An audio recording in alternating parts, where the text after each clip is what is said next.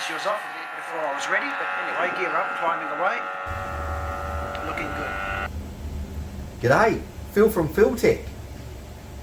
See all these lovely automotive components? We make these by the thousand, and that helps fund my favourite project, making the Lesley V12 model aeroplane engine.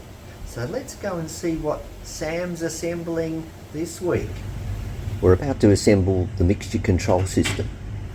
We start by placing the clamp that holds the fuel regulator over the aluminium stem.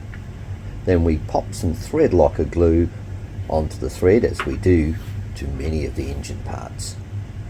This is particularly important here as we need to avoid the fuel regulator unscrewing due to vibration. This may cause the fuel supply to stop reaching its cylinders. The stem is then screwed into the aluminium mixture control body. Sam is using a nut driver with a calibrated torque release mechanism. It is set to 40 centinewton-meters. This gives a consistent tension on the threads. In my first job, when I asked how tight to do up the screws, I was told to do it up until it breaks and then back it off a bit. This part is the mixture control lever. It's having its screws inserted.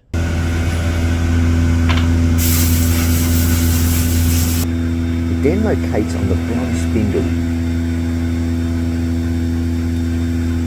Can you see the spiral scroll milled into it? And of course, another O-ring goes on.